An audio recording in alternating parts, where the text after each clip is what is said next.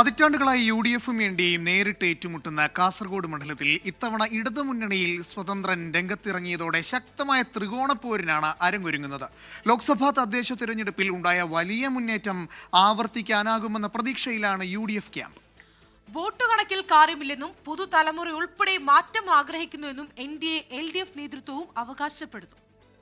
ജില്ലയിലെ പ്രധാന രാഷ്ട്രീയ പാർട്ടികളുടെ ജില്ലാ പ്രസിഡന്റുമാർ നേർക്കുനേർ മത്സരിക്കുന്ന മണ്ഡലം.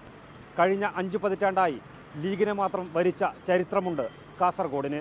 പക്ഷേ ഇത്തവണ മത്സരം കടുക്കുന്നത് LDF സ്വതന്ത്രന്റെ വരവ് കൊണ്ടുകൂടിയാണ്. മണ്ഡലത്തിൽ ആര് വാഴുമെന്നറിയാനുള്ള വിധിയെഴുത്തിന് വോട്ടർമാർ തയ്യാറായി കഴിഞ്ഞു.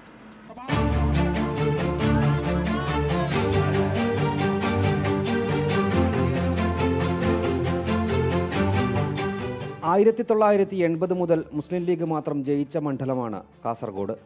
അങ്ങനെയാണെങ്കിലും 8 തദ്ദേശ സ്ഥാപനങ്ങളിൽ കാറടുക്ക, വെള്ളൂർ, കുമ്പടാജെ, വജിയെടുക്ക, മധൂർ എന്നീ 5 പഞ്ചായത്തുകൾ ഭരിക്കുന്നത് BJP-യാണ്.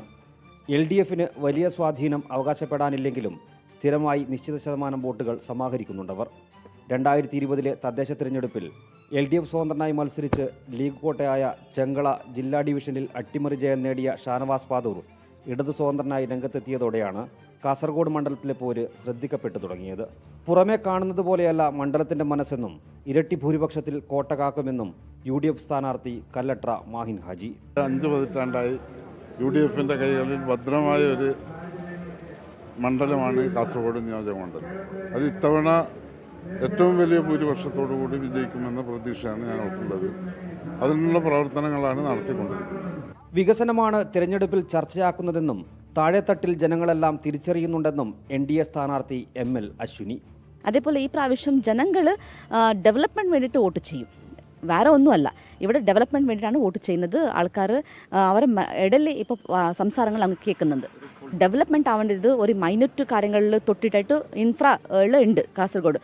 വോട്ടെടുപ്പിനോടടുക്കുമ്പോൾ പഴയകാല സംഭവങ്ങൾ ഓർമ്മപ്പെടുത്തുന്ന വീഡിയോകൾ പ്രചരിപ്പിക്കുന്നത് നല്ല രാഷ്ട്രീയമല്ലെന്നും വർഗീയ പ്രചരണം നടത്തി ഭിന്നിപ്പുണ്ടാക്കാനുള്ള ശ്രമം വിലപ്പോവില്ലെന്നും LDF സ്വതന്ത്രൻ ഷാനവാസ് പാദൂർ.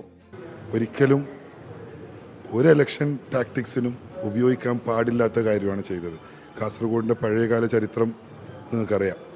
അങ്ങനെയുള്ളൊരു സ്ഥലത്ത് ഇത്തരത്തിലുള്ള വീഡിയോവുമായി വന്ന് ഒരു പ്രചരണം നടത്തുന്നത് ഇല്ലെങ്കിൽ മറ്റൊരാളെ ബൂസ്റ്റ് ചെയ്യുന്നത് നമ്മുടെ നാടിന് ഒരിക്കലും അത് ഗുണം ചെയ്യൂല.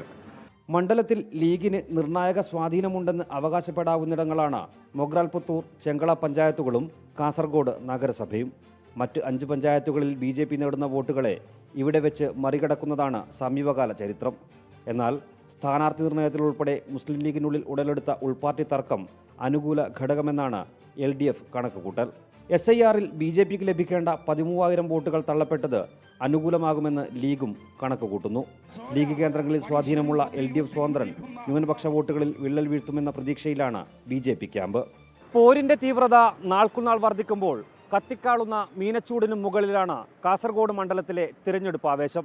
പതിവ് കാഴ്ചകളായ പൊതുയോഗങ്ങൾ കുറച്ച് പരമാവധി വോട്ടർമാരെ നേരിൽ കാണാൻ സമയം കണ്ടെത്തുകയാണ് സ്ഥാനാർത്ഥികൾ. ജനമനസ്സുകൾ ഉണർത്താൻ സാധിച്ചിട്ടുണ്ടെന്ന് സ്ഥാനാർത്ഥികൾ അവകാശപ്പെടുന്നു. അതേസമയം ഒരു അപരന്റെ സാന്നിധ്യവും മണ്ഡലത്തെ ശ്രദ്ധേയമാക്കുന്നു. ക്യാമറമാൻ വിനോദ് മേലിലേക്കൊപ്പം പ്രദീപ് നാരായണൻ, 24 കാസർഗോഡ്.